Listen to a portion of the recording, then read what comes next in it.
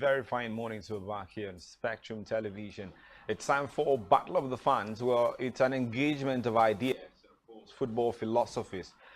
Basically, it's a platform where you show your understanding of the game, and of course, we measure ideas and see how we can move forward. My name is Raj James, and it's a very fine Saturday morning to back here on your screen. It's a tall black man hanging around the corner. His name is Isaac, unofficially married, and of course, together would have fun this morning. Of course, we've got some bright football minds joining via online this particular morning. Of course, we'll be talking about football stories in very fine detail. So all you have to do is just stay glued to your TV set and join the conversation every step of the way. Wow. We'll open the phone lines much later and the show here, and of course you'd be treated to the opportunity of calling in and of course having your thoughts on any football story we'll be talking about this morning. Now, what's on the plates? The committee showed round the corner. It's just a few hours through that one. The traditional curtain raiser for the English Premier League. It pits Liverpool versus Manchester City. Later this evening we'll look at Manchester United. The latest situation from there. Cristiano Ronaldo has made headlines all through the group. Was the latest twist as they'll be engaging Atletico Madrid this particular weekend in another pre-season friendly as the weekend. Of course, the season draws near. Chelsea also in action last night. Of course, there's some clarity regarding the future of certain players. We'll also talk about that in very fine detail. City, how they're preparing beyond the Community Shield for the new campaign. Barca, how they're doing business, and what has Barca got on Chelsea? I've been wondering that too. Talk about that this morning. Now let's quickly hook up with Marizona. I was waiting to bring us up to speed with the very latest news making rounds in this ever exciting world of football. Welcome, guys. Mari, hi there. Good morning, Bright. It's a fantastic day to be alive, and it's a cold Saturday from this end, and I feel excited to be back. Cold Saturday. Yeah, very cold, Bright. You know, from the previous night. Well, you know, a lot of people had to sleep alone. Yeah, well, it's quite the thing, you know, because Timaya featured Benson. It's cold outside. Very cold. It's cold outside, cold inside, Bright. Wow, it's cold everywhere. Right, so let's have the fans warmed up with the latest football stories. Absolutely, Bright. You know, from the world of sports, interesting stories about from the transfer seed. Barca have agreed to sign Jules Koundé, one of Chelsea's rejectees, on a 5-year contract that includes a €1 billion, £837 buyout clause. Koundé, who has 11 France caps, will join for a reported transfer fee of £41.85 million. He's just 23 years of age and has made 133 appearances for Sevilla, won the Europa League in his first season after joining from Bordeaux in 2019. Koundé, also wanted by Chelsea, is Barca's fifth summer signing. Defender's arrival at the new camp follows the Catalan club's signing of Robert Lewandowski from Bayern Munich for £42.6 million, and Brazil winger Rafinha's arrival from Leeds United in a £55 million move. Ivorian midfielder Frank Kessié and Denmark defender Andres Christensen also joined Xavi's side on free transfers from AC Milan and Chelsea, respectively, while Ousmane Dembele signed a contract extension with the club. Koundé will be officially unveiled as a Barca player on Monday, and that's the story from the new camp. But elsewhere, let's talk about Ronaldo.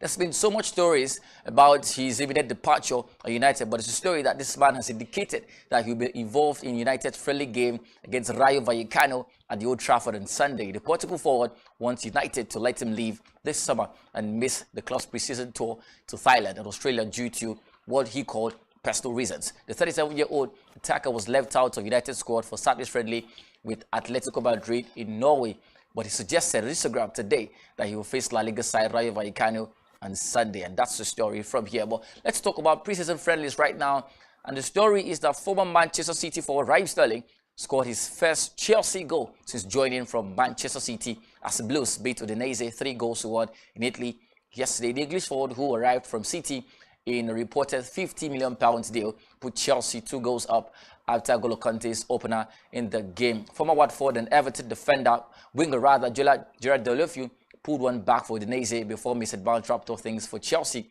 later on in that particular game. Finally, let's talk about transfers, and there's a story that Manchester City targets talk about Marc Cucurella has handed in a transfer request at Brighton. The Seagulls have already rejected one bid from City for the defender and understood to be holding out for a £50 million fee for the former Barcelona and Getafe player. He's just 24 years of age.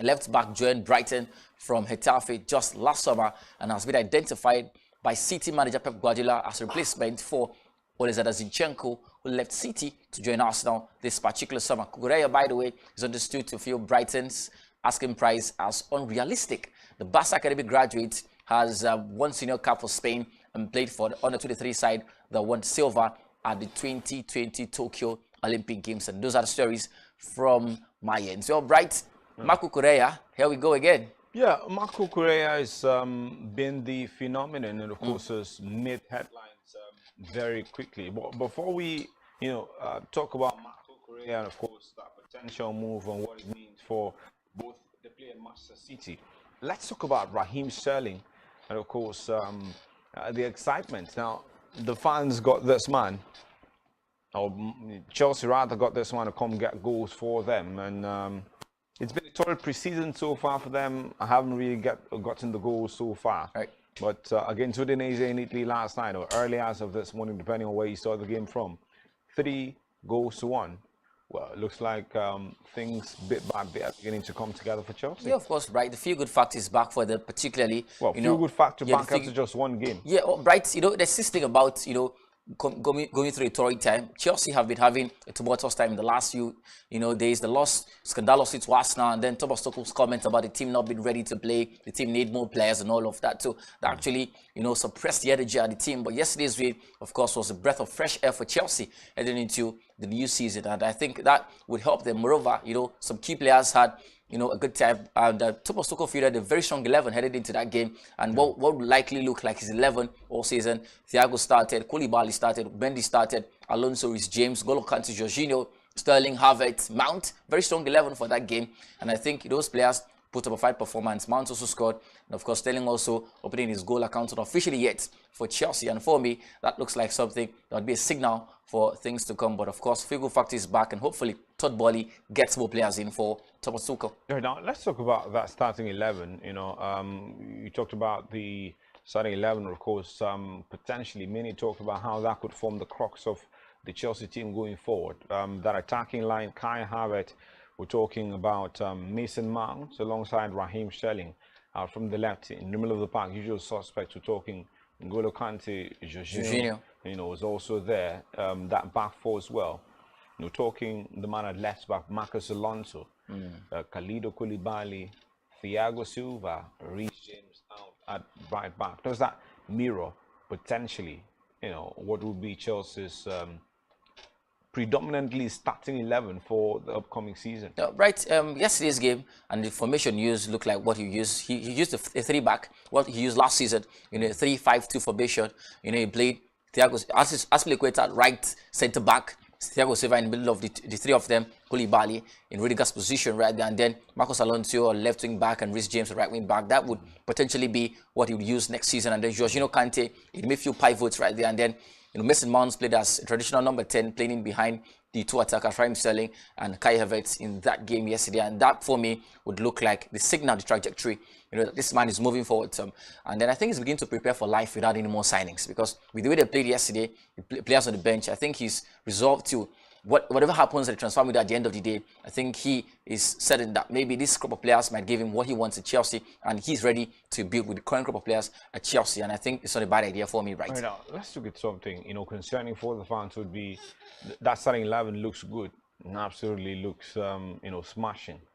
But take out a few names, take out Sterling, maybe take out Koulibaly, take out N'Golo Kante or Jorginho, and that starting 11 looks very bare. Yeah. Now, it points to depth in the squad. Quality. And, yeah. It definitely means like it or leave it beyond the starting 11.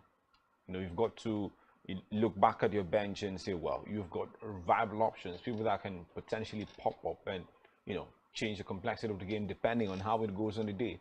How have Chelsea got that? Looking Bright, at their bench. unfortunately, they don't have, Bright. After the Arsenal game, we keep talking about Tuchel's comments, and it was clear that Chelsea need more quality. They need strength in depth. You look at Arsenal, you look at City, you look at Liverpool, the kind of business they've made this summer. It's not just about signing key players. It's about having strength in depth.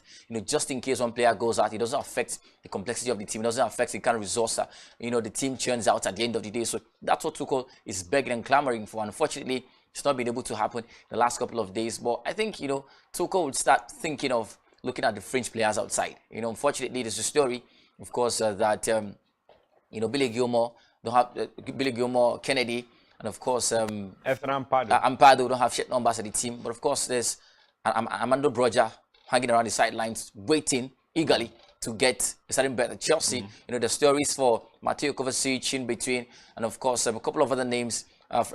Ruben Loftus-Cheek as well. Callum Hudson-Odoi.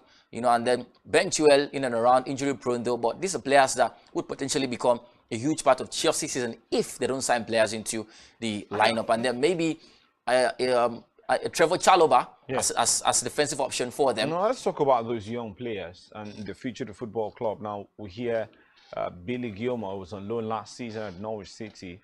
Ethan Ampado was also out on loan in the Serie A last season, and then the other young man, we talk about Kennedy, was recalled on loan from Granada at the end of last season. It's not back in the fold, but now they don't have squad numbers. Is this an indication to the fact that, or maybe a pointer, many would say, to the fact that maybe in Thomas Tuchel's immediate plans for the season?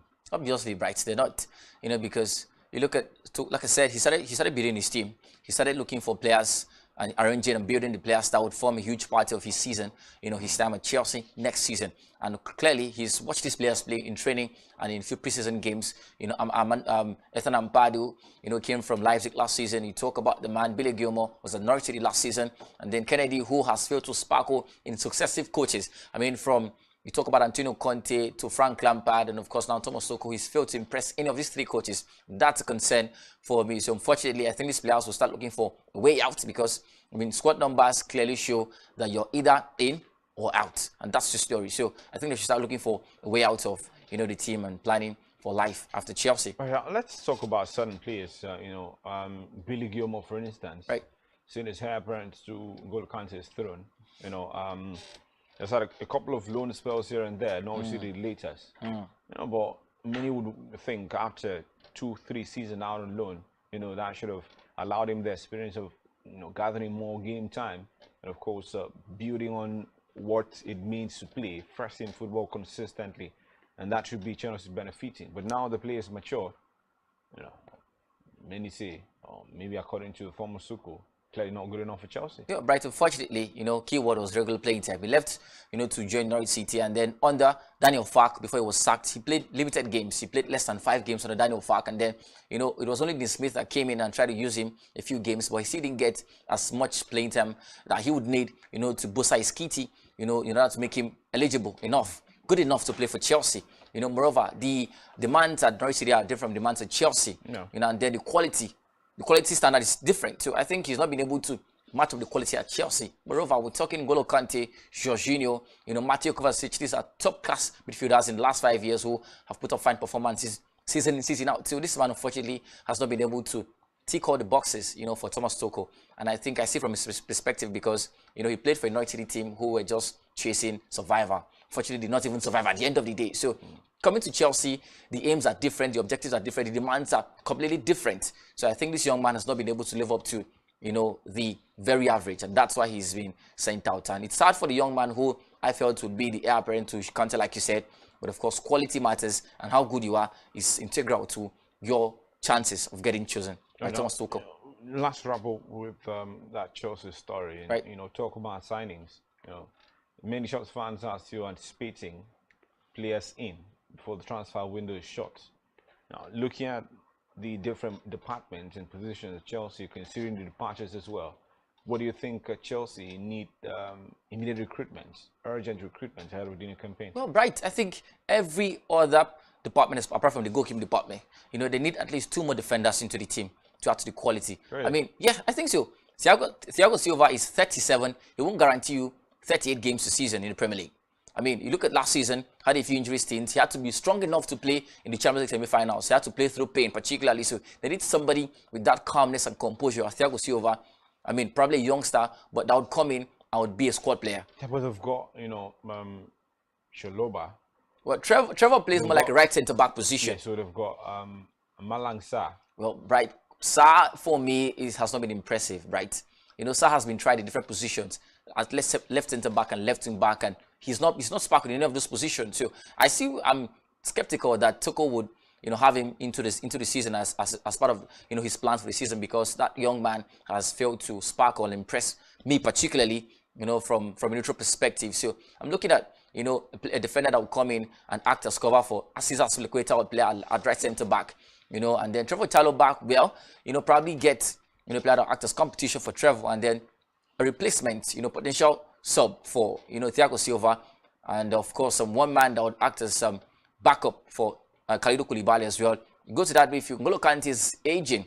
Let's not lie to ourselves. He's aging, so he won't guarantee you 20, 25, 30 games a season. So you need a player in the mode of N'Golo Kante that will cover spaces.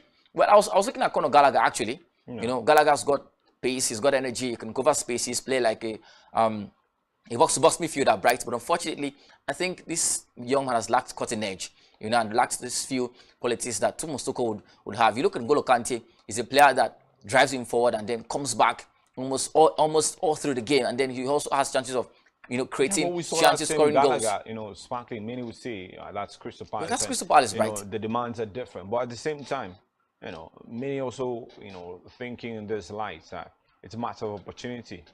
You never just know what the lad can do until he's given that opportunity and given that trust on that big stage. You think that's what's been lacking? Bright, he's been given opportunity. He's played 2 preseason friendly games. 3 actually. Hasn't looked impressive? Well, Bright, on the average, he's done enough, but I don't think it's enough for Thomas Tuchel. That's it. That's the thing. So, yeah, but we're not talking about a starter. Yeah. We're talking about someone who pushes those first team players and then, comes in and shows that space in terms of depth and addresses that problem. Yeah, absolutely, Bright. I think, first of all, he's been given a shirt number. He's been given a shirt number heading into the new season. So that's a signal that he might be, an integral part of that Chelsea team. He's got quality. Bright is young, but I think he still needs to learn, a few outstanding qualities of trying to score goals, create assists, have that third eye to pick up those crazy passes, defense-splitting passes and all of that. Then if he can do all of that, and then I think he's good enough to start for Chelsea. Loftus-Cheek comes in as well, and then I think that it's all has gone back to Atletico Madrid, unfortunately. So I think they've got quality, but I think they still need at least one more defender, one more midfielder that would help them defensively and attacking wise. It will go a long way for Chelsea. Thirdly, Bright, I think they still need a striker. Yeah, probably a striker that would fit into Tuchel's system. A striker that would drag in deep, help defenders, score goals as well, and I think they'll be good to go, Bright. All right, we'll quickly hit breaks here, and of course when we're back, we'll be talking about the community show, and of course a lot more football stories, a lot of transfer activities, and the latest concerning the man Cristiano Ronaldo dos Santos Aveiro, CR7 for short. Stay right here with us.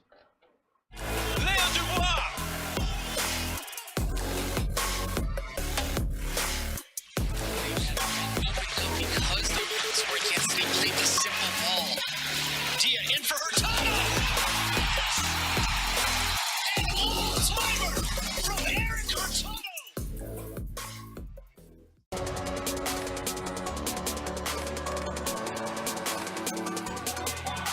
Louis Gasset is his corner now.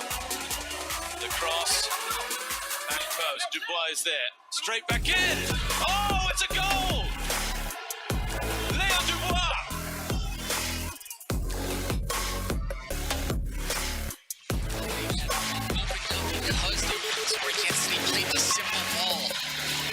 In for Hurtado! And all-timer from Eric Hurtado!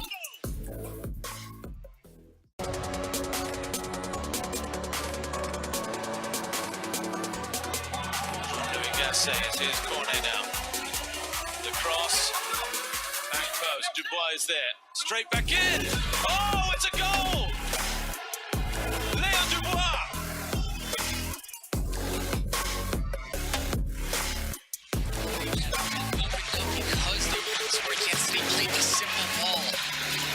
In for Hurtado! And all-timer from Eric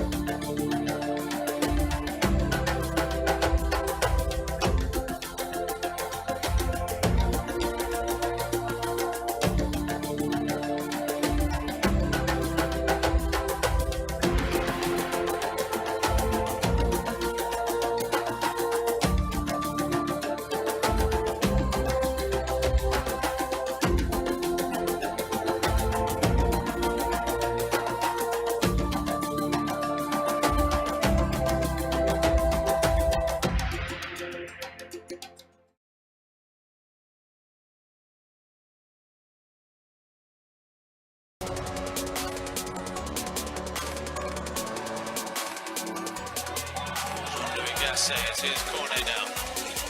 The cross, back post, Dubois there, straight back in. Oh, it's a goal! Léon Dubois.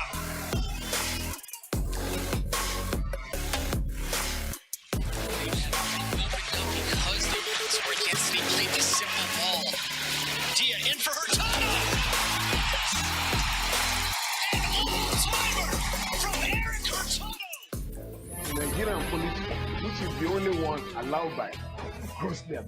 Our governors have to share police powers with the president as stipulated by the constitution. We do not have a federal government police force. We have the Nigerian police force, which shall be administered, organized, and supervised by the Nigerian police force. No, my lord, I want to say something. I want to say something here. Perhaps it might also enlarge the scope of people who should be invited here for examination. My lord, if we cannot find those who literally murdered Abiola, who are those people who could be said to be the beneficiaries of the death of Abiola? Rogers has linked you with some of the killings he did. He never did. He linked you with the attempted murder of Hebrew. He did not. My lord, the matters council is leading the evidence in our matters. Is this an adversary proceeding? It's not, my lord, but you can't be talking about cases which are in court, Is my lord. this an adversary proceeding? It's not, my lord. These cases are in court, my lord. I'm just reminding your lordship. My lord, sorry, my lord, I think I'll bring in cross-examination. Legally Speaking, a program that deals with legal issues and questions we face as citizens of this amazing country, Nigeria. Legally Speaking. Join us every Friday from 5 p.m. to 6 p.m. for Legally Speaking.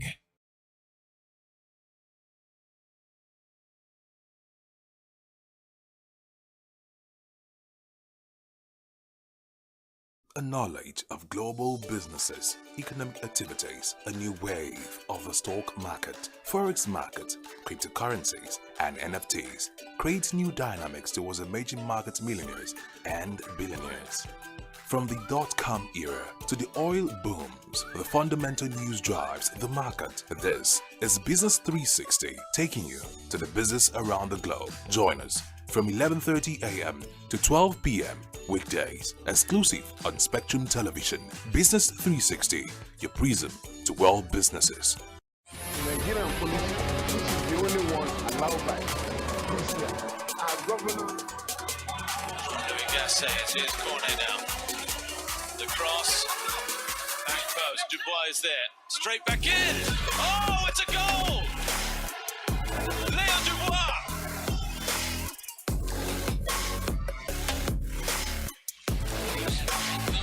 Because the rules were against me, played this simple ball. Dia in for Hurtado. An all-timer from Eric Hurtado.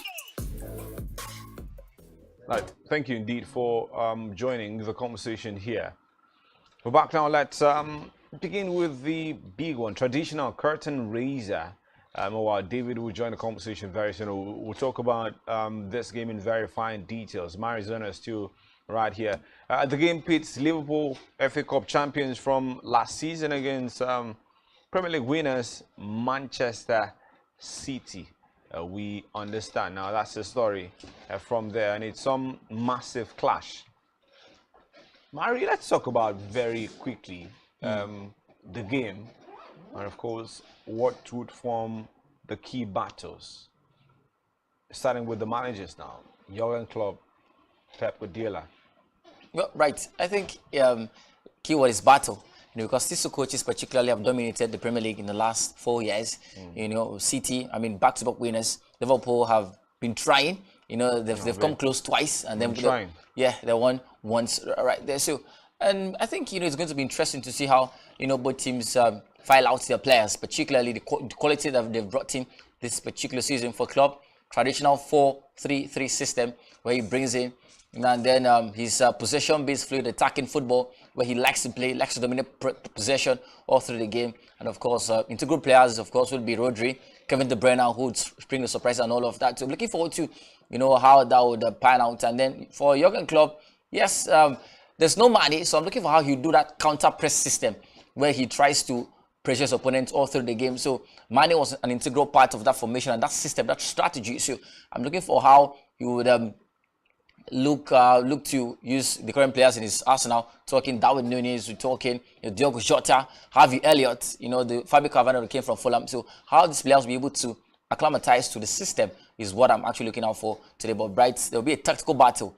and it'll go down to the very last minute, right? No, now we'll understand very quick. Diogo Jota would miss this particular clash, the Portuguese international. Now, let's talk about the other battles now beyond these two coaches. Head to head, they've met each other, sized themselves out, and pulled off some incredible results in different competitions they've competed in. Now let's talk about that attack. Right. It's a game that is headlined by Darwin Núñez and of course Erling Braut Haaland. But for Darwin Núñez, has had quite a rocky start. Outside that 4 goals he got against RB Leipzig, he struggled in successive games. But for Erling Haaland, looked like he's settling just well and he's hit the ground running. Now, ahead of such a big game at a traditional Kirsten Racer later this evening, which of them you think would have a bigger impact in the game? Erling Haaland, Darwin Núñez? I think the one that's been most settled into the team, and that for me is Erling Haaland, because he comes in, he's been able to settle in, and he's understood Pep's philosophy. And then I watched the way he played against Bayern Munich, where he scored the only goal of the game in that friendly game, I think last week or 2 weeks ago. And then he clearly understands the Pep philosophy. He tries to drag in deep, he tries to press as well, tries to run. He doesn't just stay one place, tries to create chances for his team, and he's always trying to be at the right place at the right time, so that when the ball comes in, he also is trying to score. So I think Haaland is more settled right now at Man City than Darwin Núñez. Núñez, of course, has been under pressure. Had a not so good game against Manchester United, scored 4 goals in the next friendly game.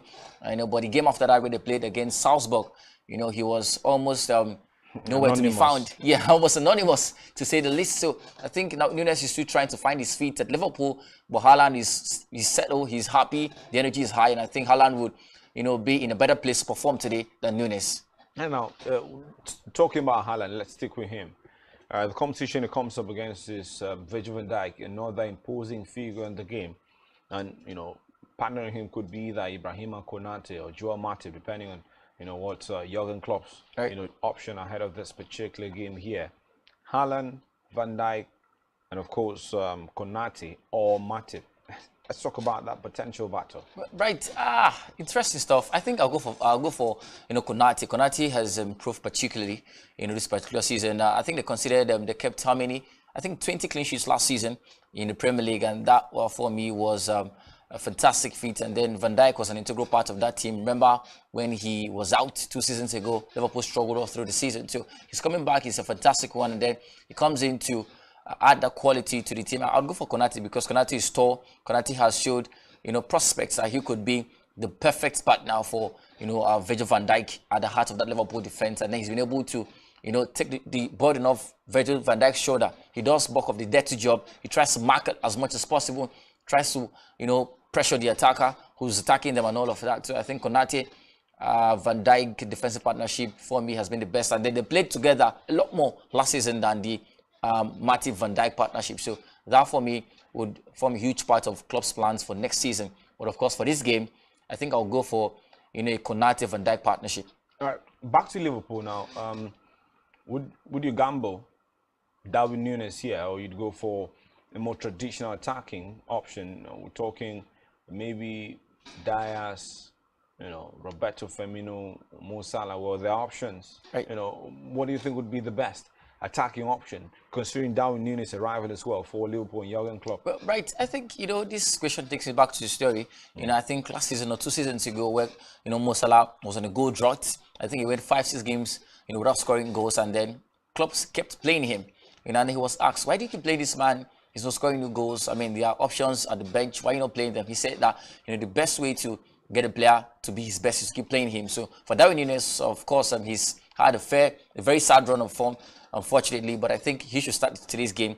The hunger to prove that was wrong would help him, motivate him to score goals. I mean, for a young man who scored over 30 last season for Benfica, he's got quality, right? He just needs to settle and calm down the tension and pressure, put upon him by the Liverpool fans and by himself as well. So I think he should start this game. Maybe Luis Diaz, Mo Salah from the flanks, and then Darwin Núñez, sitting up top for them, try to convert those chances.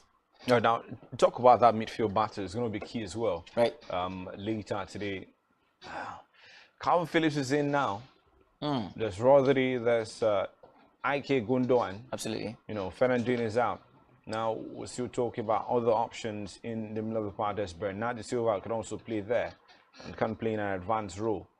What do you think would be the best midfield conundrum for Guardiola, considering what we've seen in pre-season so far? Well, Bright, I think first off, the competition is a tune-up game, you know, for the Premier League season. It's a dress rehearsal for the Premier League season. So I think it's another opportunity to try out your new legs. You know, Rodri was a huge part of City's team last season, but Calvin Phillips comes in and he provides quality, provides depth and competition for that defensive midfield role. So I think Calvin should start today, get a nod to start today's game, and then Pep Guardiola could have a chance to see what he could do in a competitive game. So I think Calvin Phillips starts today, and then maybe Bernardo Silva, you know, in left midfield, and then maybe Kevin De Bruyne comes in to create chances and do, you know, those things that are considered impossible. And I think that midfield, you know, combination would be a lot better, and it would be appropriate for me if I was Pep Guardiola. No, now, you know, so Man City, you know, in terms of midfield, would always dictate the tempo of the game. Right. So what's the best midfield combination from the Liverpool perspective to neutralize whatever City bring? Because it looks like, you know, City would always dominate possession. So it's got to be about Liverpool and looking to neutralize or limit the effect of that midfield trial. We didn't mention Kevin De Bruyne as well. Yeah. Yeah. Okay. So.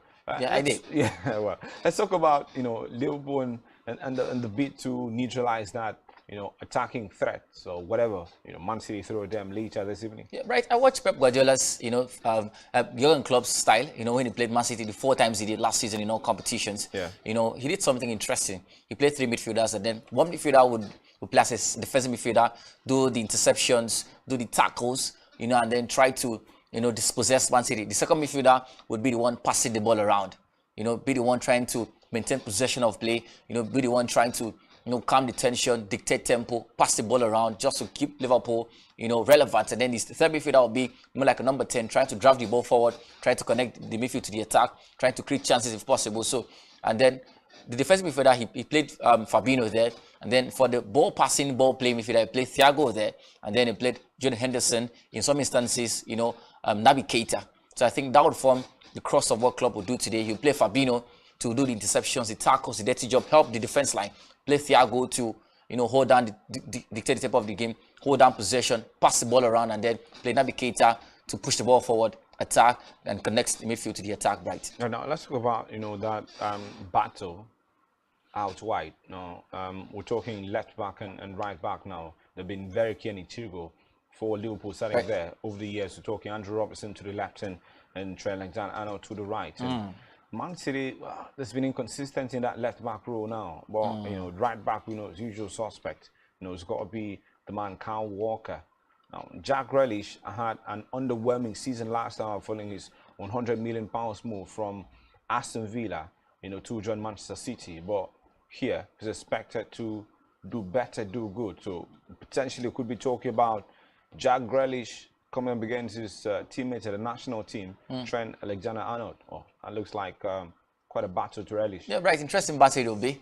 You know, and you talk about Jack Grealish, a man who was signed for a humongous amount of money, still not being able to live up to the billing. Unfortunately, had one season at City. So the expectation from the City fans is that maybe he's been able to settle. He's used his one season to settle, and then the new season will be to try to, you know, put up fine performances week in, week out, try to play, try to score goals, create chances, make the dribbles as well. And I think that would be, you know, the conversation for Jack Grealish. And then coming up against Trent Alexander-Arnold, who obviously a lot of people believe has defensive issues, you know, does not, you know, is actually very bad on one-on-one situations, you know, could be easily dribbled past, you know, by a talented winger, a dribble as well. So that would be a thing of concern. So I'm looking forward to how that battle will look like. But for Klopp, of course, Klopp is a very, very brilliant tactician. He tries to make sure that one midfielder helps cover up Trent Alexander-Arnold, you know, when they're defending. So he puts one midfielder in front of Trent, you know, to mark the winger, you know, that's coming from the opposing side. So that would be another part of the, you know, the complexity for Liverpool later today. So maybe Jordan Henderson will come in and cover for Trent Alexander-Arnold to help him settle and not be shaky at that right back position. All right, now let's talk about the battle from the City end now. Luis Diaz versus Kyle Walker or João Cancelo, depending on who Guardiola's option is. And that's another battle there. Could be keen one to look forward to. Yeah, Bright. Kyle Walker is one very strong, solid, proper right back. Bright. He's got everything, defensive and attacking wise. He's got pace. He's got crossing. He's got goals in his feet as well. So he's one of the headaches, of any attacker. Remember, Eden Hazard was asked all through his time at Premier League who was the best opponent he's faced, and he said Kyle Walker. Toughest opponent. The toughest, rather. He said Kyle Walker. Kyle Walker comes in. His bullish figure. His pace, his energy. He tries to back you off every single time. So I think Luis Diaz has got a tough nut to crack in Kyle Walker later today. And then it's good that he's fit because, his absence at that Champions League semi-final game against Real Madrid proved to be one of the reasons why City could not qualify for the final in that particular game. So I'm looking forward to how things will turn out. But Luis Diaz, take nothing away from him. He's a bright player. He showed glimpse of brilliance last season, joining in January, from FC Porto. So he has enough time now to blend and understand the philosophy at Liverpool. So looking forward to how the battle will look like. But believe me, Bright, is going to be a fierce one and a feisty one too. All right, now it's Liverpool versus Manchester City. It's a community shield, many would say. But we know there's a battle between 2-0 winners, guys who love to win and so badly. Now, Guardiola is here, and of course wants to win this to set the mark ahead of the new campaign. Jurgen Klopp, on the back of what has been a mixed preseason, would like to make a big statement heading to the big Premier League campaign, and of course looking to return to the zenith of the Champions League, having reached the finals last year. What do you make of the game later this evening, and where does it go? Well, right, it's where does it go is a very tricky question. First up, one thing we need to settle is the fact that it's a dress rehearsal, and it's a signal for a potential title fight for next season. You look at Manchester City, like you said, serial winners. They've done it time and time again in the Premier League, but they've not been able to do the same thing in the Champions League. For Liverpool, they've had their fair share. They've been in how many? Three Champions League finals.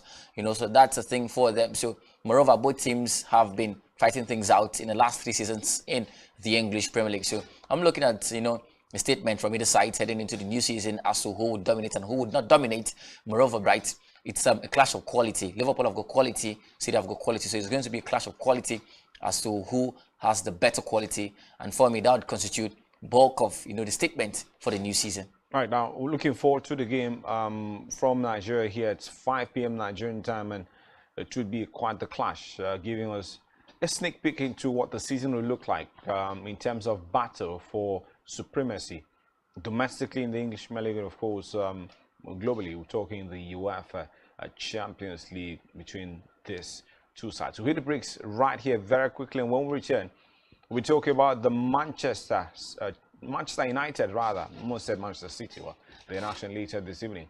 It's about the Manchester United situation and how they're getting ready for the new campaign. Cristiano Ronaldo's Alexander Chapman Ferguson, we understand, is back in the picture. So we're talking about how that basically influences things there at Old Trafford. Stay right here with us, right back at you. Dubois is there.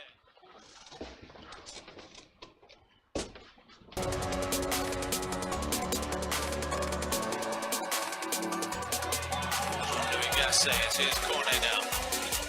The cross, back post. Dubois is there. Straight back in. Oh, it's a goal! Leo Dubois.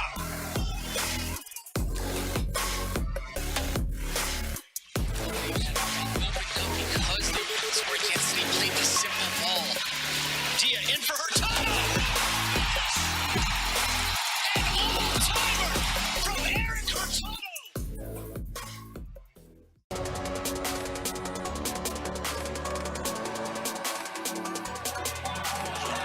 It's his corner now.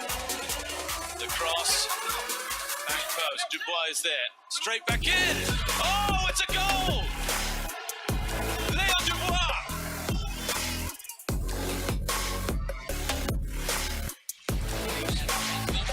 Because the women's sport can't see played the simple ball. Dia in for her title.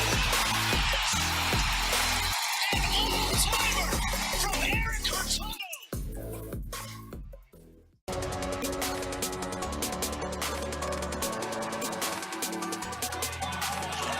It's his corner now.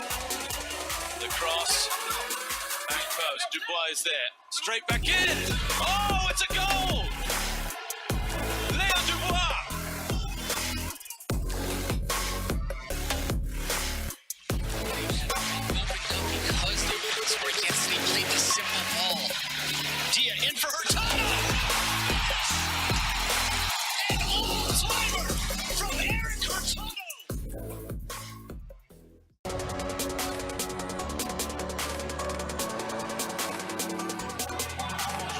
Gasset, here's Cornet now. The cross, back post, Dubois is there, straight back in. Oh, it's a goal! Léo Dubois!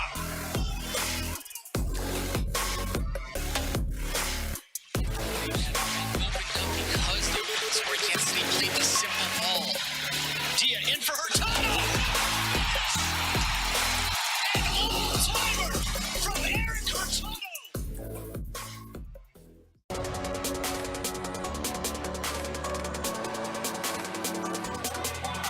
Louis Gasset, here's Cornet now. The cross, back post, Dubois is there, straight back in. Oh, it's a goal! Léo Dubois!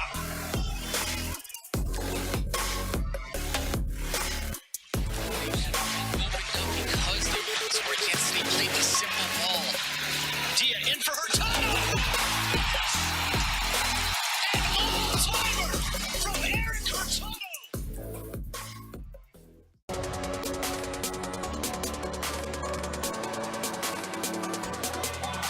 Louis Gasset, here's Cornet now. The cross, back post, Dubois is there, straight back in. Oh, it's a goal! Léo Dubois!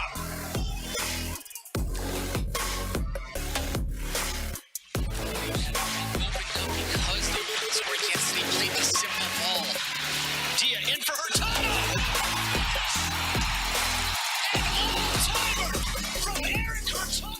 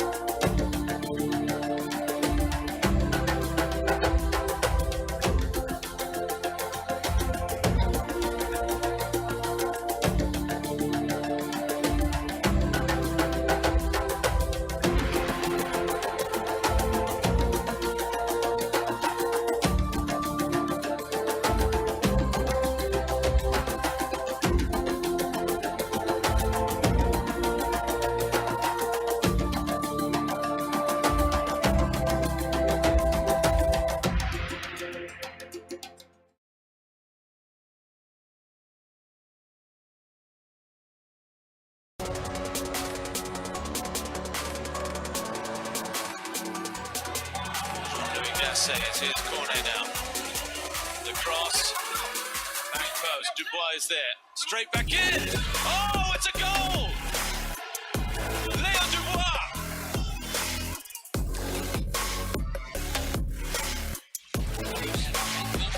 Because the sport can't see, played the simple ball. Dia in for Hurtado! An all-timer from Eric Hurtado!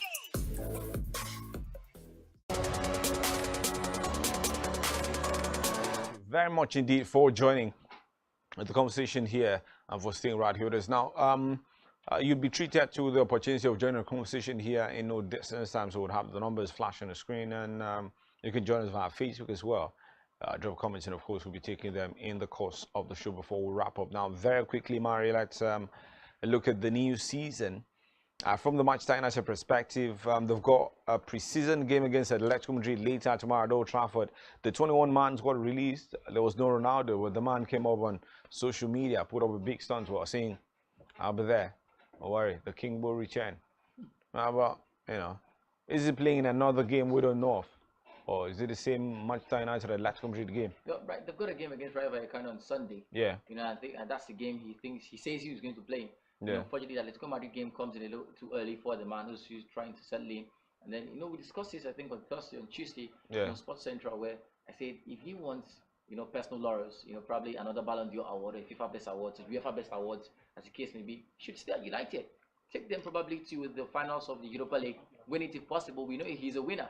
And then probably do a good job with the Portuguese national team in the World Cup, and then from there, so that's the story. If he can, of course, do a good job from Manchester United, I think that would help him a lot. So okay, now the talk will be to stay. Yeah, now Particularly now, to stay. now let's look at the other part of the conversation. It has to be about big man. So Alexander Champion Ferguson is back in the saddle. Odessa is back at the board of Manchester United.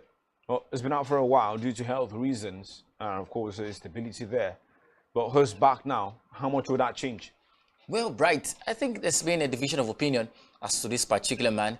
You know, a section of the United crowd believe, well, let this man go rest. Yeah. Let him go rest. I mean, he's done enough for the team, you know, but another section believes that, well, he comes in as a proper footballing brain at that United board. Yeah, you know, because, that's you know, the clearly, story. over the last couple of years now, we've seen in his absence, a lot has happened. Yeah. You know, at Manchester United, Yeah, it's been, negatively, particularly. It's been very rocky, Yeah. for lack of a better word. And of course, we've seen all manner of things happen. You know, football decisions taken by non-football people. And we've seen the results and, of course, how it's played out on the pitch of play. Absolutely. And it's been very terrible for a club of that particular standing. So it clearly looks like until you have someone better than Sir Alexander Chapman Ferguson, you've got to make do with him there. You've got to use those brains. Well, right. Yes, I think I buy the philosophy and I buy the notion of that section of United crowd that believe that well, he should come in because, like you said, you know, since he left, you know, the side, a lot of things have happened negatively for United. They've struggled, you know, so bad, you know, for form. They've dropped deep in terms of their form and all of that. So that is the thing.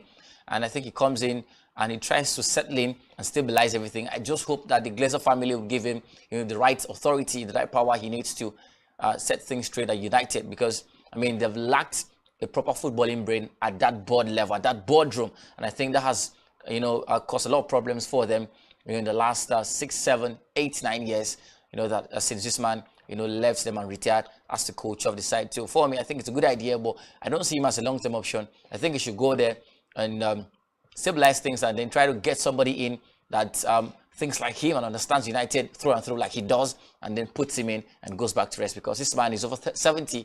I think he needs to rest. Yeah, but again, we've seen that happen. It's still talk about structure. You know, the last was the Gang presser. We're talking Ralph Ragnick came in. You know, was supposed to consult for Manchester United for quite a while, but had the Austrian job and, you know, quickly ran away following the expiration of the short-term deal at Old Trafford. Back to the Ronaldo issue.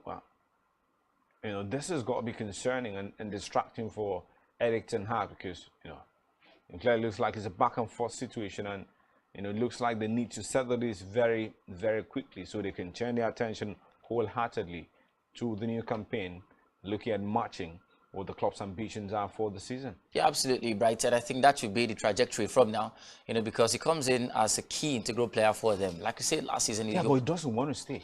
Well, I think it's about decisions, it's about his ambition. I think he's decided, right? Even Sir Alex Ferguson tried to talk to him, you know, following that meeting alongside his agent. We're talking Jorge Mendes. Well, the man is adamant. Looks like he's made up his mind. He wants to leave.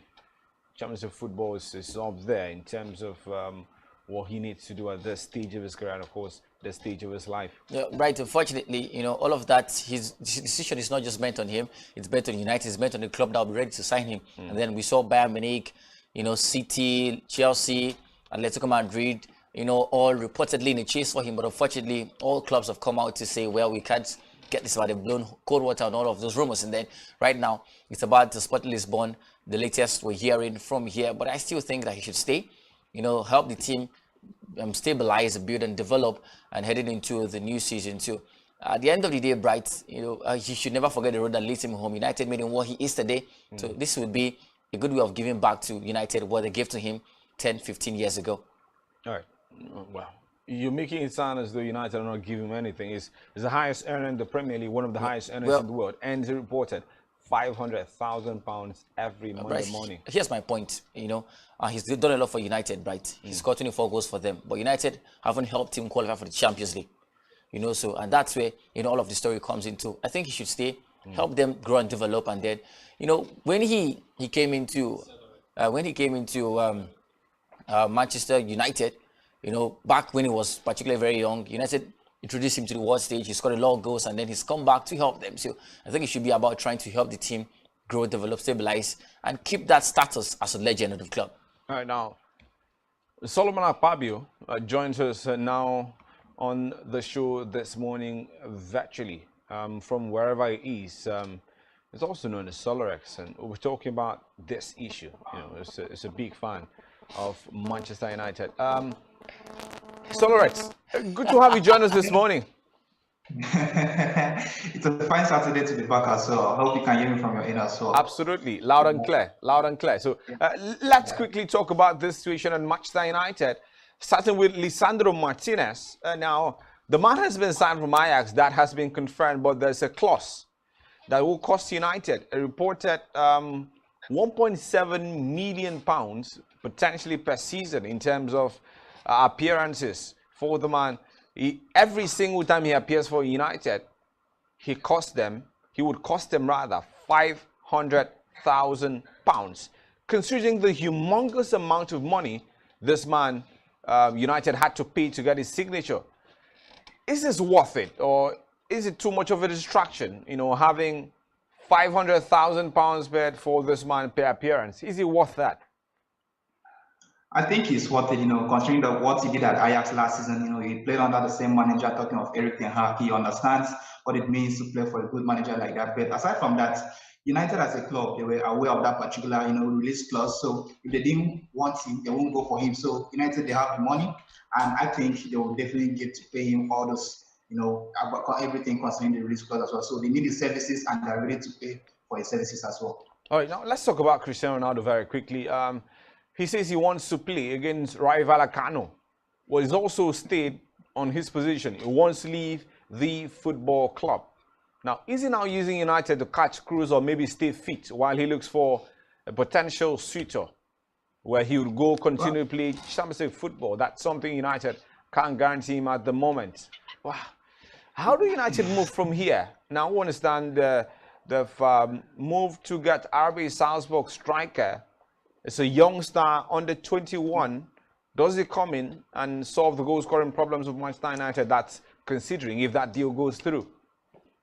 No, I don't think so. You know, looking at Benjamin Sesko, you know, he's 19 years of age. You know, coming to the Premier League, you need that maturity in your game. So we look at Liverpool, Man City.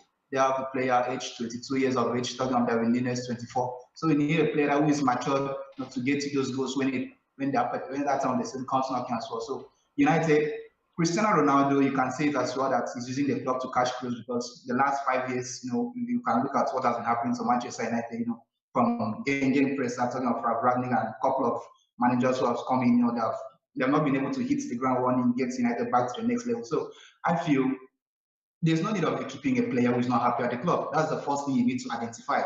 Cristiano Ronaldo is 37 years of age. He's a big man. He has about 5 kids. So he's able to make decisions for himself. He doesn't want to play for Manchester United. That's just the basic. So why are you paying someone who is matured enough to take decisions for himself to come play for United?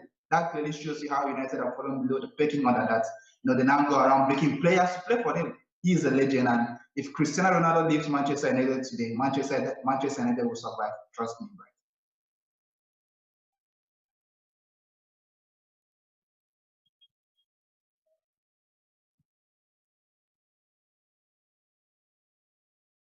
Someone wants to play for the football club, someone who could walk in, push the likes of Anthony Martial, push Jadon Sancho, push Marcus Rashford, and potentially getting some playing time, more, you know, chalking some extra goals. Benjamin Sesko, the RB Salzburg striker, does he look like somebody that can walk in the Premier League and better still walk at Manchester United, Marizona, considering the pedigree of the football club and the demands there? Right, I think it's a gamble. You know, they've got youngsters in the team. Amad Diallo is there. Facundo Pellistri is there. They need youngsters, so I think experience would also count. And I think, you know, the kind of player United need in that attacking position to push them would be a big name. A name that has, you know, has got pedigree all across Europe as a goal scorer. You know, that would be able, that kind of name would come in and push the United players. He comes in with that experience, comes with that name, with that pedigree, and then he would push the likes of Martial, likes of Rashford and Sancho to score more goals, because once they realize that, well, this man is here, and this man is a potential threat to our position in the lineup. So I think they would come in and they'll sit up as well. So I don't. Francesco comes in. I think would come in as a squad player. If the United want a striker that would come in and push Rashford to the limits, it has to be a striker that has got a name, a renowned striker, one who scored goals all across Europe, and that for me is almost impossible to get right now for United. All right, now back to you, Solarex. Martin is now talking about, you know, the fact that United need to go into the market and get a proven goal scorer, someone who's got experience in that centre forward position. But you know, when you talk about centre forward and experience, is there any in the market? That's number one. And at number two, is there any that will be willing to let go of whatever they have where they are and come to Manchester United and play in the UEFA Europa League? Because that seems to be the caveat of Raw. That's why Ronaldo is leaving. What's happening? Yeah, all right. So, what would allow him set out his camera thing and then, you know, would, well, maybe he came in to speak things. So, yeah. I mean, you never can tell. Very possible. These things do happen as well. But I'd like to ask you, you know, the conversation with Solarex, can you think of a name? Yeah, right now, because that has got to be the conversation. Can you think of a name readily available to come to Manchester United at this point, considering the fact that they're not playing Champions League football, and that's why Ronaldo is leaving? Right. I think it's difficult to come with a name. So you see where United are. Because it's a conversation. Some of these things are a lot easier when you sit down and just talk about United should go for this. Yeah. This is the kind of caliber of player they should go for. But realistically, you know, we talk about options, names. Right. So I think if you mention maybe Erling Haaland, there is off the Gonzalo Higuain, there's Robert Lewandowski, there's you know, Pierre-Emerick Aubameyang too. That's what it comes down to. Right, Memphis Depay reminds me, former man of the club. He's been frozen out of the Barcelona squad, and then there was this talk about the links with him, you know, heading back to Manchester United. So that's a conversation. He's got history with Manchester United. Yeah, absolutely. You know, there's Paco there. Yeah. That's number one. Number two, he's also said he wants to stay at Barca. He wants to stay there and fight for his sports despite the recruitment, the likes of Ousmane Dembele, you know, Rafinha coming in, and of course competition outlapped. Ansu Fati is back, Ferran Torres and all. But let's consider the ultimate thing. He leaves Champions League football for the Europa League at this stage of his career. Well, he played the Europa League last season for Barca. Yeah, he scored a few goals. Yeah, but you know, for them. So yeah, he scored a few goals for them, but you know, it wasn't outright UEFA Europa League. That was Champions League first. Yeah, then it was Europa Champions League League first and then Europa League. Well, and now you look at the potential suitors. Juventus is top of the pecking order. Right. That's where he could potentially go play UEFA Champions League. So why would he choose United over Juventus? Well, unfortunately, that's for him to choose. You know, because you've seen, you know, these things, you know, happen. You know, I mean, you look at, you know, Lisandro Martinez leaving Champions League football with Ajax to play Europa League with Manchester United. That's a conversation. That's outside, right? So no, I think that's not a conversation, because men would say, well, Ajax is a team known very recently for brooding talents. Yeah. But Ajax and the Eredivisie, you won't consider that league somewhere close to the top 5. Yeah, around top 8, top 9, and thereabouts. Yeah, but we're talking about a league inside the top 5. That's the Italian Serie A. Right. And that's who's in for Memphis at this stage. Not forgetting the fact that there's a World Cup year around the corner. You know, it's a World Cup year, November. You know, we take a break and head for the World Cup. I think that's actually a fact, because you know he might not want to leave at the end of the day. You know, because like you say, Juventus comes in and look at that Juventus attack, and that the fact that maybe Vlahovic is there. You know, Federico Chiesa is there as well, so that might be a thing. He comes in and adds to the quality of the side, and that would be a very, very, you know, key figure in all of this. Yes. So. Right. Now, you know, it looks like we'll have David joining the conversation here. Big man David. David, finally. Yeah. Look up and let's talk for a bit. How are you doing this morning, David? Good to have you join us. I'm doing all right. It's great to be here. It's great to see you guys. I know I've been in the cold for a while, but it's great to finally be here. How you guys doing in the studio? Yeah, we're doing great, David. Good. you know, I think we're seeing the lips is good, the beard is good too. You cannot see your face. But would appreciate if you just move back a little bit so we can be treated to the full spectacle. Better. Your face. That's a lot better. Better. Now, okay. All right. So David Esok, first up, the community show comes up later this evening. Manchester City versus Liverpool. Who's your money on? Very quickly, we'd like to talk about that. Obviously, Manchester City, for very obvious reasons. They've had a smashing pre-season, and they've also gotten one of the hottest prospects in world football, and you know, one of the best strikers on the market right now in Erling Haaland. He got off the mark, obviously, against Bayern Munich. What a way to get off the mark. It felt like a final goodbye to Borussia Dortmund by basically scoring his first goal for Manchester City against their biggest rivals. And, you know, the team is basically still the same, barring the loss of Raheem Sterling, Gabriel Jesus, and Zinchenko. I do not see the team being upstaged or basically unsettled by the loss of those three players. They still have key players all over the pitch, and they've strengthened where necessary, and we expect more business coming in for the Manchester side, the blue side of Manchester. Cucurella most likely coming in to fill in at that left-back position, an absolutely phenomenal player for Brighton. I expect him to do great things at Manchester City if that deal goes through. Liverpool do not seem like they've been able to adequately deal with integrating Darwin Núñez into the team. Great striker, did a lot for Benfica, but it seems like he's not had the best of games for Liverpool during pre-season, especially looking at the fact that Liverpool themselves have not had a really good pre-season, losing to Salzburg and of course to Erik ten Hag's Manchester United. And so I'd say based on form, based on current form, and based on the integration of signings, and based on obviously the squad that we've already seen present, and the fact that they are current Premier League champions, I will have to put my money on Man City. But that is not a far favorite. Always count on Liverpool and Jurgen Klopp to be able to pull one over anybody in the world of football. Right, that's basically it. Right.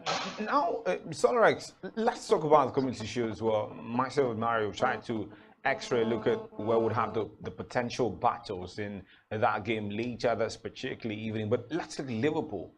They've had a mixed preseason, but certainly not a strong enough reason to count them down and out ahead of the crucial game later this evening against rivals Manchester City. Absolutely, you know, there's this particular say that the way you dress your bed is the way you lie on it. You know, Liverpool, you know, having mixed results in the preseason as well, losing, you know, to Salzburg and a couple of teams like that. It will definitely affect, you know, their style of play, you know, regarding the fact that the likes of Sadio Mane left the team, and you can't easily boast of someone who can, you know, come into that particular left flank and do what Sadio Mane has been doing for the past 6 years in that particular club. I know they have Luis Diaz, but do the Liverpool fan really trust him when it comes to big games like this? That's the question, you know, they need to answer as well. But I feel, you know, Liverpool, the last time they won this was back in 2006. And aside from that, they played in the same community shield final with Man City. That was back in 2019. So I think they understand each other, you know, they know what it means, you know, to go head to head, talking of Pep Guardiola and Jurgen Klopp as well. So it's going to be, you know, a crunch tie, and who get the first goal, you know, who get to decide this particular one. So if Liverpool can get the first goal, there needs to be a mountain for Man City to climb. But if City can get, then you know it's done and dusted, because Pep Guardiola doesn't mess up in the final in this particular one. But I see City winning this particular one because of the quality of players they have. You know, they don't look this tough as a team, you know, always coming out to play. Don't forget that I've gotten recent addition in the team, the likes of Calvin Phillips and, you know, a couple of players as well. So I see City winning this particular one. All right, now, Mario, let me get back to you and let's talk about Chelsea for a bit. There's been this thing, you know, Chelsea and Barca. You know, I'm not sure many Chelsea fans, beyond football reasons now, are friends with, you know, Barca. One Laporta. It's a football club. One Laporta is at the heart of that particular. Yeah. It looks like every single player Chelsea have identified, or where they put up as potential targets, that's where Barca are. Right. Rafinha, the data is Jules Koundé, and then there was Robert Lewandowski at some point, because when it was rumored that Ruben Lukaku was set to leave Chelsea, Robert Lewandowski was one of their top priority to come fill in that vacant position, centre forward position there. But Barca again, 3 times this particular transfer window have gotten one over Chelsea, even had the guts to get Andres Christensen, a free agent from Chelsea, and are looking to steal Chelsea's captain in Cesar Azpilicueta. Why are people rejecting Chelsea for Barca? Well, right, first of two reasons. The difference between Chelsea and Barca, I think, is that one is an institution, one is just a football club. That's the first thing. And then secondly, I think projection for Chelsea right now, and you place Chelsea and Barca right now, heading into the new season, Barca have got more prospect of winning a trophy particularly.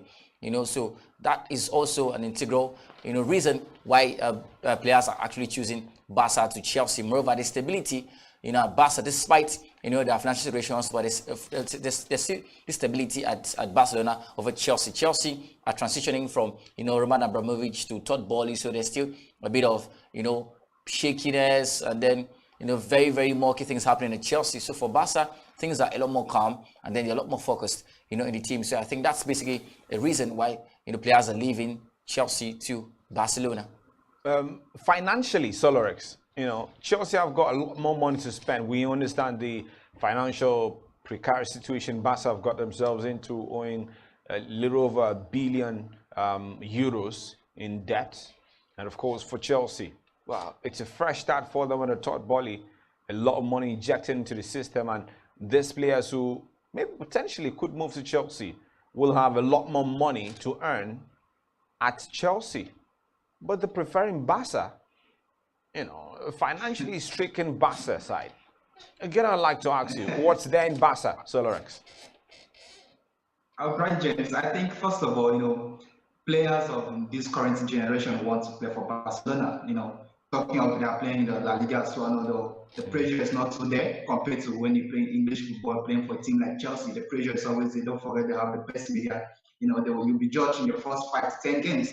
And looking at this pair of players, these are players that have made a mark for them in the past couple of years. So they won't want, to be judged by the press as well. They won't want to go to where they have less pressure to try and see if they can, if that particular season doesn't work around for them, to try and see how they can get the perfect start the next season. So Chelsea, for me, there's a lot of stories, surrounding them. They are having a new director, so there's still a lot of instability in the club. So a lot of players don't want to go there because Barca is there already. And looking at Barca, they trust the new project. Xavi is doing with Juan Laporta as well. And don't forget, Xavi was called the midfield maestro. So it will be a pleasure for some of these lads to get to, play under him and get his, tactics and get to execute them when they play on the field of play. Right. Now, David is back, and David, the conversation basically on your return is about Barca and Chelsea. There's been this, transfer war between both football clubs in this transfer window.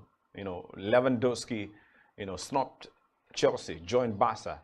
Rafinha snubbed Chelsea, joined Barca, and the latest is Jules Kounde has snubbed Chelsea and has now joined Barca. And we're basically asking, what's there? What has Barca got over Chelsea?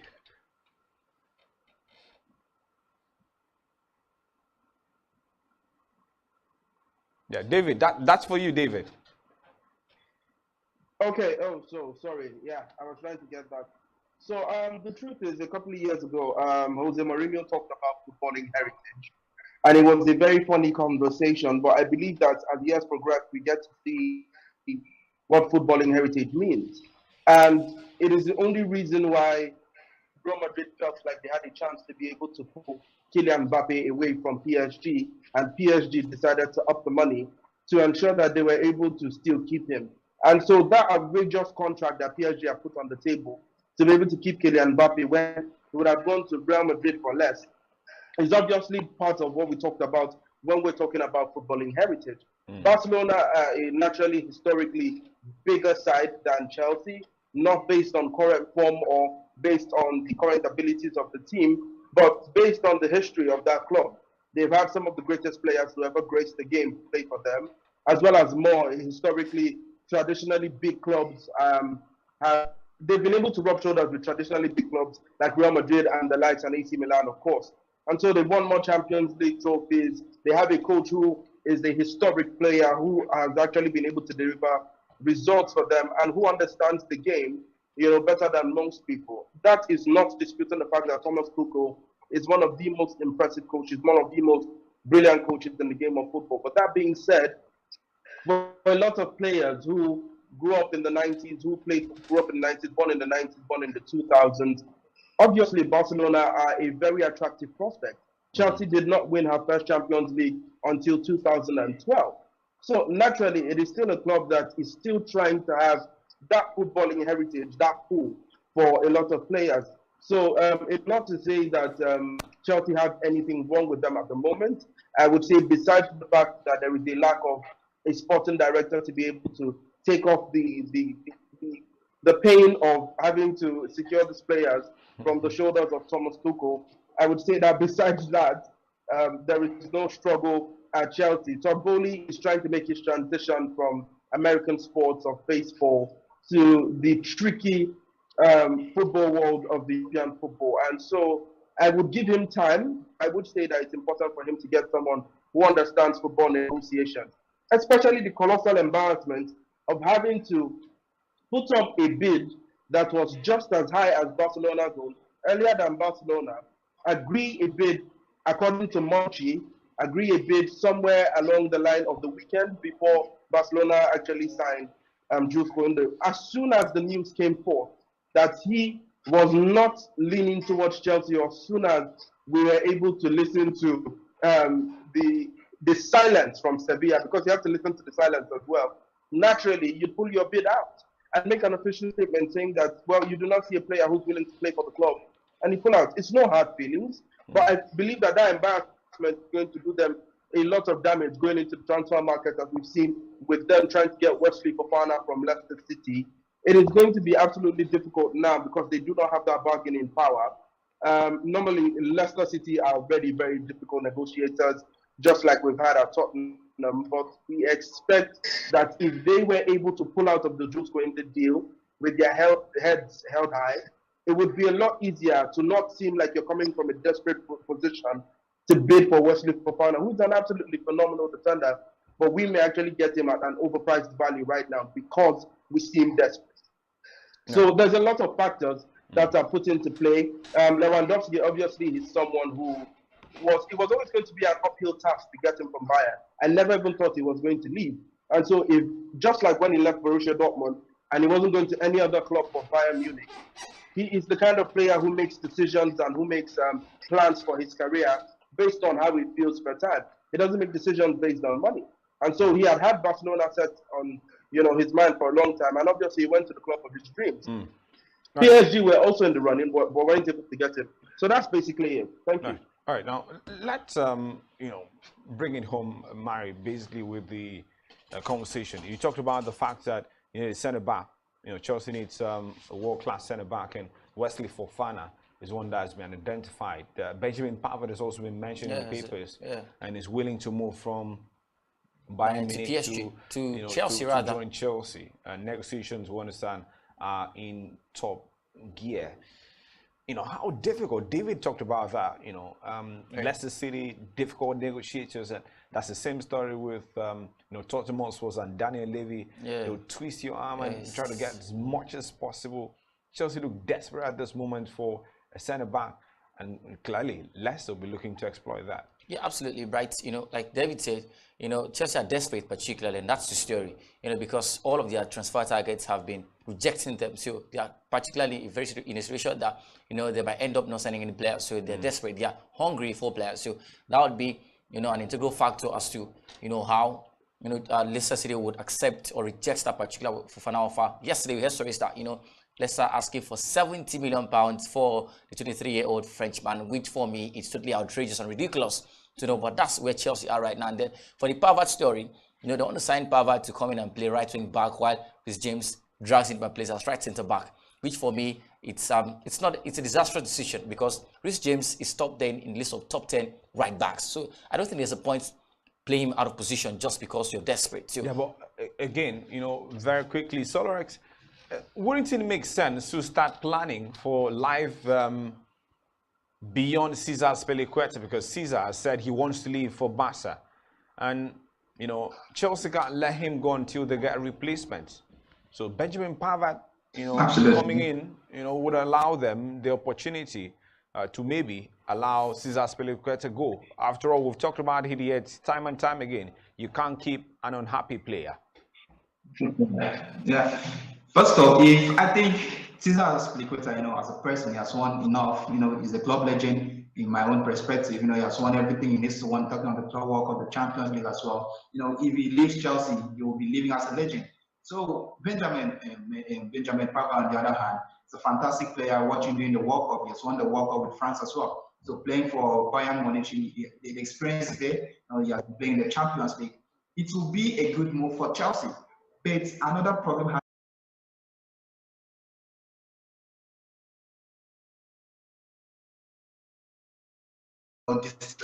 distract the player as well. So that's another aspect he needs to consider. But it will be a fine move. But on the other hand, Thomas Tuchel as a manager, for me, I still label him as a confucianist because he has the quality of players, to get Chelsea to the next level. So as it stands, I think the way Chelsea are going with a lot of instability at the club, Spurs or the likes of Manchester United will get to finish above Chelsea. No, that would be a conversation clearly for another day. It sounds like David has got something about that. David, that confusion is far. It got me. Obviously, it did get to me as well because you would expect that looking at Chelsea do not have the quality of players, and I'm not talking about the quality of the first team, the quality of squad that every other Premier League team could possibly have. Even Arsenal at this point probably boast of a more quality squad. And the fact that Chelsea are looking to Benjamin Pavard shows reeks of absolute desperation. He had a great World Cup in 2018, announced himself on the world stage, but besides that, he's not a player that particularly feels like he would fit the bill at Chelsea. Wesley Fofana might be overpriced, but I feel like it is a price that Chelsea would have to pay for quality at this point because there's not a lot of options. He's proving Premier League quality. And Thomas Tuchel, for all his brilliance, as you might say, does not have the players at his disposal. And we keep talking about the defense, but there's nothing in attack. And Barcelona, he's complained about his perceived disrespect from Barcelona, who have been going behind the back of the club to negotiate with the players, Cesar Azpilicueta and Marcos Alonso. And so it is a very difficult situation to be. I do not feel like Azpilicueta is unhappy. I feel like he's just planning for, what he perceives to be him being phased out of the club, just like Gary Cahill was, and just like John Terry was. It's not disrespectful. Chelsea try as much as they can to respectfully give these players their wishes, but Barcelona have not handled it with class, and I believe that's where the problem is. But I still see that deal possibly going through, but we'll see how the rest of the week turns out. Let's see clearly how the rest of the week pans out. But thank you, David, for being a part of the conversation this morning. Thank you, Silrex, joining us as well virtually. We appreciate you. So we're looking forward to the brand new weekend, what the new season would hold, beginning from later this evening when we'll have the curtain raiser, the Community Shield. Marizona, it's been a great time. So thank you very much, right? Well, I wish we could do that as well, David. So take the knuckle. Take a virtual knuckle. Take a virtual knuckle. Solarex, take yours too. Nice. All right. Thank you very much, guys, for being a part of the conversation this morning. We thoroughly appreciate you. We're back here on Monday, and of course, we'll have more time to talk expansively about football stories and sports in general. We sincerely appreciate you. Mari, please do enjoy your weekend. Right, please do enjoy your weekend as well. And I think I would probably, do a Saturday evening at your place. So we see the game together. All right. Thank you very much, guys, for being a part of the conversation. We thoroughly appreciate you. The conversation continues beyond the screen on social media. Catch us, Spectrum TV, NG, on Facebook, on Instagram, on Twitter. You can also join us on YouTube as well, Spectrum TV.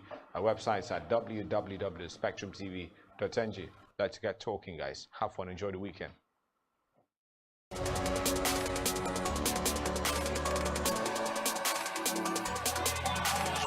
It's his corner now. The cross, back post. Dubois is there. Straight back in. Oh, it's a goal!